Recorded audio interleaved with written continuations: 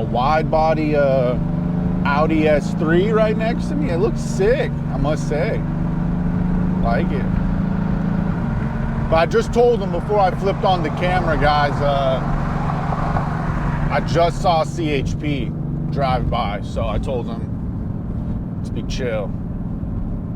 I think CHP was tailing somebody though, so we gotta be careful. They're obviously out and about today. But you guys, are we at the pinnacle? Are we at the top? Is the only way down from here on out in regards to supercars, high combustion engines? Is this it? Are we done? Have we reached the pinnacle, guys? That's kind of what I think. I'm not really feeling what's happening design-wise and engine displacement wise right now in the car game. But then again, some of these V6s sound good. Never thought I would ever say that, but obviously the new Ferrari F80 has a V6 in it, and it sounds pretty good. Oh guys, CHP, the CHP I was talking about, they got somebody right there.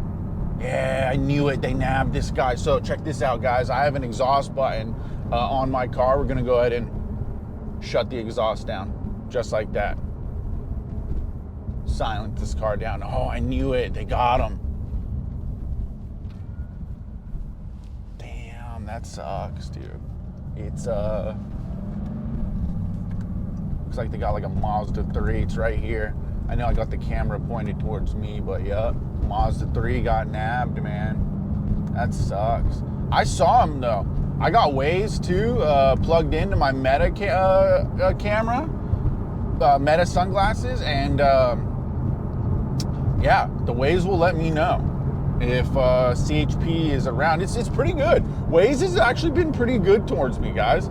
It's been letting me know. It didn't let me know about that one. That guy I actually saw when I was fueling up, and I told that Audi, I was like, bro, I just saw CHP drive by, and I actually usually rip it on this road. This is the Fast and the Furious road.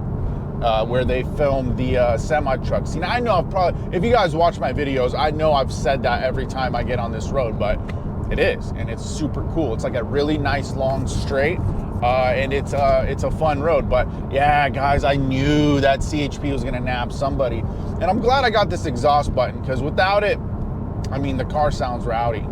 It definitely sounds rowdy. I don't even think I'm far enough away from them to flip it on. I'm honestly gonna keep it off for just a little bit longer, guys, because obviously they are out and about today. That sucks for that Mazda 3. But that, and to be honest with you, when that Mazda 3 and the CHP drove by me, the exhaust sounded pretty loud on that Mazda 3.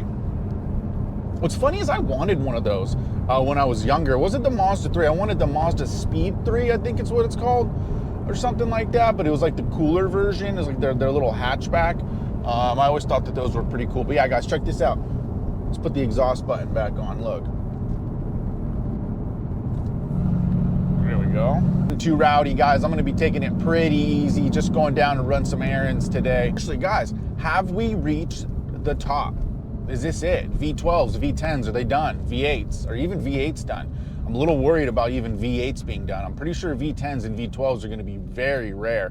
I know Pagani has said that they're going to keep their V12s, which is sick. But Rolls-Royce even just came out with their Spectre, and I don't know what they were thinking. I mean, Rolls is known for having a V12, you know, big old engine, and you know, I mean, they literally make like the airplane engines. I remember when I was younger and I looked out of a window and I saw like the Rolls-Royce symbol on the jet engine. You know, that's what they're known for. And now they made the Spectre, which is a you know, an electric, an EV, and I don't know what they're thinking. I think they're going to lose a lot of their business. Same with Dodge. I think they're going to lose a lot of their customers unless they're planning on just banking on the future, you know, future generations and stuff.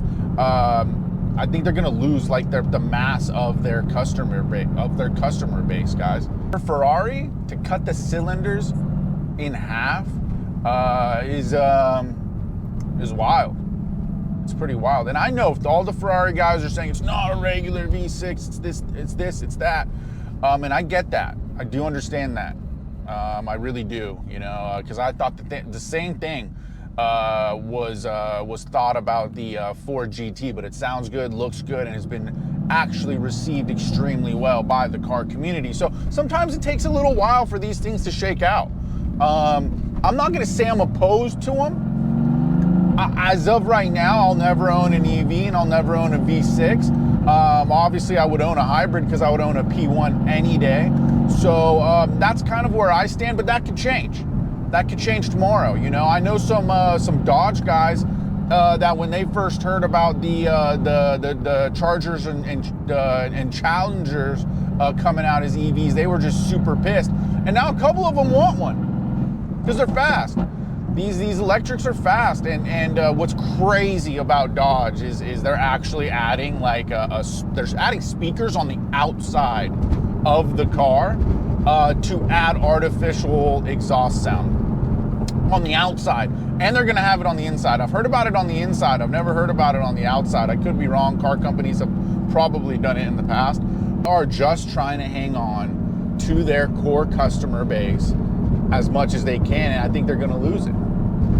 Like I said, guys, these guys are going into the Dodge dealerships and they're wanting the old Hellcats and Scats, you know, and 392s and the Hemis. Nobody's going in there banging down the doors asking to get on the list for one of the EVs. They're just not. So I don't know. I don't know what the future's gonna. I don't know if these guys are just banking on the future or like the future generations. And when I say that, because the older guys, we don't want them. You know, and I'm not even older. I'm in my 30s, so I know the guys in their 40s, 50s, and 60s definitely are not interested. You know, especially like the die-hard Dodge guys. They're not. Again, they're banging down the doors looking for a Demon. They're looking to get a good price on a Demon 170, maybe a Scat Cat. You know. I just don't see him. I don't see that. I don't get it. I don't understand what's happening, you know. And everyone that wants to make the argument that EVs are good for the environment and stuff, they're really not.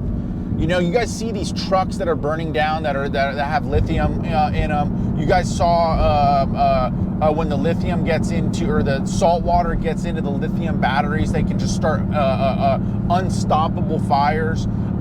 They got kids mining the lithium in other countries. Like, people think that because they're driving an EV that they're contributing to like saving the world, but they're really not.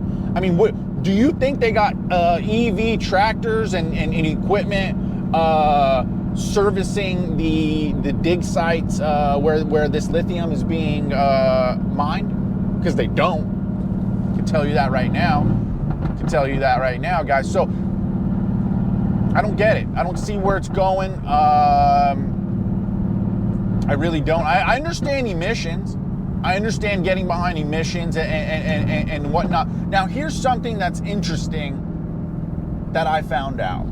I'm not going to say who told me, because I don't want to get anybody in trouble from any dealerships or car brands or anything like that. But this is what I was told. I was told that the reason that Ford is coming out with so many high-performance cars this year is because they held back for a year or two or something. Like, they build up a bank. There's some sort of bank that you can build up to where the next year or the next couple of years you can come out with certain displacement engines or higher performance, something along those lines. Like if you drop a bunch of EVs, which Ford kind of did. They did drop a lot of EVs. And they didn't drop any like, I mean, they did. They had like the 5.0s and stuff. So I don't know how true this is, but I was told they can like hold back for a year and then the next year they can go bonkers, guys. So Dodge hasn't done that from my understanding. So that's what I was told, like now that they have to come out with some EVs, but in the future they might have some cool cars. I don't know. I even saw an article that the Dodge Viper might be coming back in 2025, which is super cool. I mean, the Dodge Viper is a dream car of mine. I've always been a fan of the Dodge Viper, even the Gen 1. In fact, the Gen 1 is my dream car. The lines on the Gen 1 are so cool. It's just such a dangerous car to drive. It doesn't even have windows. It doesn't have windows, they're all roadsters. So I definitely, personally, I gotta be honest with you, I want to add a V10 to my garage as soon as possible, because I think in the next 4 or 5 years, it's going to be impossible to get one frankly. V10s, manuals, these things are just going away, guys. You know, I personally love a DCT. Not going to say I don't, especially in a car like this. I want a DC. I'm not going to be shifting in a car that's this fast. You want to have both of your hands on the wheels. But some of these older cars, some of these like older V10s and V8s, guys, these NA cars, they're going to be gone. I'm telling you that right now. People are going to snag them up. People that are like my age, you know, in their 30s and their 40s that have made a little bit of money are going to snag these cars up because they're way more fun to drive. They have way more personality, guys. So I don't know. That's where we are in the future, guys. Let me know what you think. Are we headed towards a good direction? Are we going to save the world with the EVs? You guys let me know in the comments. Let me know what you're thinking, guys. Let me know what you think about the new F80. Let me know what you think about the Rolls-Royce Spectre. Let me know what you guys think about these new EVs coming out. The future. I mean, this is 2016. This is before the world went to chaos, essentially. And this is before the times got tough for cars and car manufacturers, quite frankly, guys. So let me know what you think, guys. I'm just heading down to Temecula. Gonna kind of just handle some errands down here today. Have a little bit of fun in the GTS.